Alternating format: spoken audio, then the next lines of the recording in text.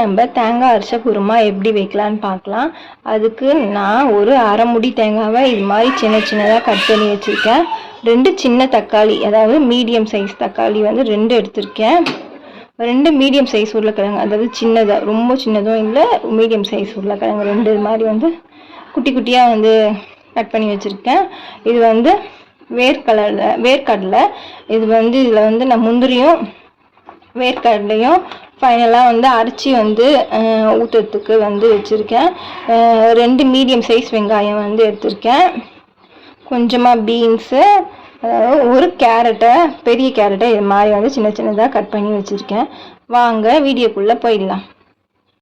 இதில் ஒரு 3 டேபிள் ஸ்பூனுக்கு வந்து எண்ணெய் ஆட் பண்ணிக்கிறேன். எண்ணெய் வந்து காஞ்சிடுச்சு. இப்போ இதில் வந்து நான் 2 பச்சை மிளகா, அதாவது 2 பட்டை, அதுக்கப்புறம் சோம்பு, 1 டேபிள் ஸ்பூன் சோம்பு, கடுகு, அப்புறமா வாசனைக்காக வந்து 1 ஏலக்காய் வந்து எடுத்திருக்கேன். இதெல்லாம் வந்து நம்ம வந்து எண்ணெயில் ஆட் பண்ணிக்கலாம். நான் வெங்காயம் ஆட் பண்ணிக்கிறேன்.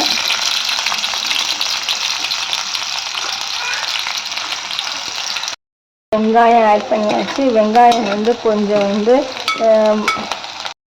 வந்து நான் என்னது முந்திரியும் வேர்க்கடலையும் வந்து ஆட் பண்ணிக்கிறேன். இதில் நான் 1 டேபிள் ஸ்பூன் உப்பு போட்டுக்கிறேன். நம்ம ஃபைனலாக உப்பு கம்மியாக இருந்தால் பார்த்துன்னு போட்டுக்கலாம். இதில் இது மாதிரி வந்து கட் பண்ணி வச்சுருக்க தேங்காவை ஆட் பண்ணிக்கிறேன்.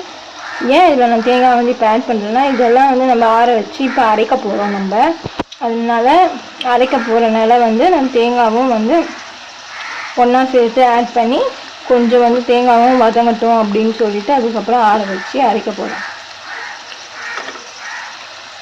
வந்து அரை முடி தேங்காய் எடுத்துருக்கேன். நீங்கள் வந்து தேங்காய் வந்து அதிகமாக எடுக்கிறதா இருந்தால் வந்து வெங்காய தக்காளி வந்து நான் போட்ட மாதிரி போடலாம். தேங்காய் வந்து கம்மியாக வந்து எடுக்கிறதா இருந்தால் நீங்கள் வந்து வெங்காய தக்காளி, நான் இப்போ வந்து தக்காளி வந்து 2 மீடியம் சைஸு, 2 வெங்காயம் வந்து மீடியம் சைஸு. நீங்கள் வந்து தேங்காய் கம்மியாக போடுறதுனா வெங்காய தக்காளி அதிகமாக எடுத்துக்கோங்க. இப்போ தேங்காவும் இதில் சேர்த்து ஒரு 5 நிமிஷம் வந்து நல்லா வந்து நீங்கள் வந்து ஸ்லோ ஃப்ளேம்லேயே இப்போ இருக்கட்டும், நல்லா வந்து வதங்கட்டும் அப்படின்னு சொல்லிட்டு ஒரு தட்டில் வந்து ஆற வச்சு மிக்சியில் அரைச்சிடுங்க. கேரட்டு, உருளைக்கிழங்கு, பீன்ஸு எல்லாத்தையும் வந்து ஒன்றா ஆட் பண்ணிக்கிறேன்.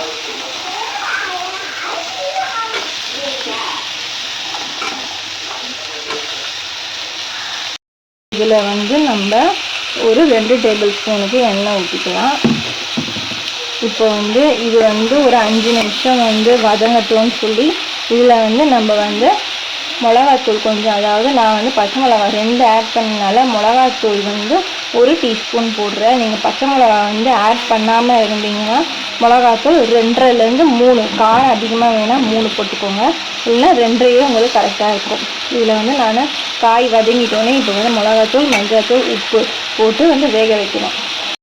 இந்த அளவு வந்து மிளகாத்தூள் போட்டுக்கிறேன். நான் வந்து பச்சை மிளகா வந்து 2 எடுத்தனால எனக்கு மிளகாத்தூள் நான் கம்மியாக போட்டுக்கிறேன். தூள் இவ்வளோ ஆட் பண்ணிக்கிறேன். இப்போது கரம் மசாலா இந்த அளவுக்கு நான் ஆட் பண்ணிக்கிறேன், 1/4 டேபிள் ஸ்பூனு. இதில் வந்து நான் வந்து உப்பு ஆட் பண்ணலை, ஏன்னா நம்ம வெங்காய தக்காளியில் வந்து 1 டேபிள் ஸ்பூனுக்கும் உப்பு போட்டிருக்கோம். அதனால நான் வந்து ஃபைனலாக அரைச்சி ஊற்றும் போது உப்பு ஆட் பண்ணிக்கிறேன்.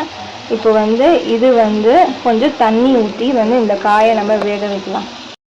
இதில் நான் வந்து பட்டாணியை வந்து ஒரு நைட்டு ஃபுல்லாக ஊற வச்சு இது வந்து வச்சுருக்கேன். இதை வந்து ஆட் பண்ணிக்கிறேன். உங்கள்கிட்ட வந்து இந்த பட்டாணி இல்லை அப்படின்னா வந்து ஓகே, ஆட் பண்ண வேணால் அப்படியே வந்து செய்யலாம். இது வந்து ஆப்ஷனல் தான். நம்ம இதை மிக்சி ஜாரில் வந்து அரைக்கலாம். இது வந்து நல்லா வந்து ஆறணும், சூடே இருக்கக்கூடாது. நீங்கள் மிக்சி ஜாரில் போடும்போது எப்பவுமே மிக்சி ஜாரில் எந்த பொருளும் வந்து சூடாக போடாதீங்க, உங்கள் மேலே அடிச்சிடும். அது பண்ணியாச்சு. காயெல்லாம் வந்து நல்லா வெந்துடுச்சு. இப்போ நம்ம அரைச்சி வச்சிருக்க தேங்காய் எல்லாத்தையும் வந்து ஆட் பண்ணிக்கலாம். இதில் வந்து நான் வந்து அந்த தேங்காய், அப்புறம் வந்து தக்காளி, வெங்காயம் அரைச்ச தண்ணியே வந்து நான் வந்து இந்த கிளாஸில் வந்து 1 கிளாஸ் வந்து ஆட் பண்ணிக்கிறேன். இதை வந்து அரைச்சி நான் ஊற்றி ஆட் பண்ணியாச்சு. இது வந்து ஸ்லோ ஃப்ளேம்லேயே இருக்கட்டும். நம்ம ஏற்கனவே வந்து ஃபஸ்ட்டு வந்து தாளித்தோம், அதை வந்து நம்ம வந்து வெங்காய தக்காளியோட சேர்த்து வந்து தாளிச்சனால வந்து இப்போ அரைச்சனால தாளிக்காத மாதிரி இப்போ நீங்கள் இப்படியும் வந்து சாப்பிடலாம். தாளிக்காத மாதிரி கொஞ்சம் உங்களுக்கு தாளிச்சு அது மாதிரி பிளெயினாக இருக்குது அப்படின்னு நீங்கள் யோசிச்சிங்கன்னா ஸ்பூன் எண்ணெய் ஊற்றி நான் வந்து கொஞ்சம் 1 டேபிள் ஸ்பூன் கடுகு ஆட் பண்ணிக்கிறேன். இதில் வந்து கருவேப்பிலை கொத்தமல்லி ஆட் பண்ணிக்கிறேன். அவ்வளோதாங்க. இப்போ இதை எடுத்து நம்ம அப்படியே வந்து இதில் வந்து ஆட் பண்ணிக்கலாம்.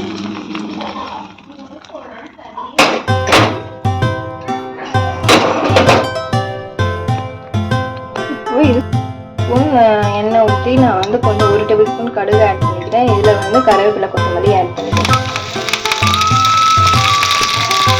அவ்வளோதாங்க.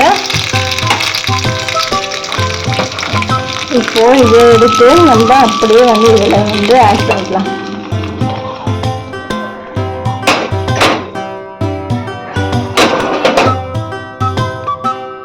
இப்போ இது ஸ்லோ ஃப்ளேமில் தான் இருக்குது. இது தாளிச்சது வந்து நம்ம வந்து ஒன்றா சேர்த்து கலரிக்கலாம்.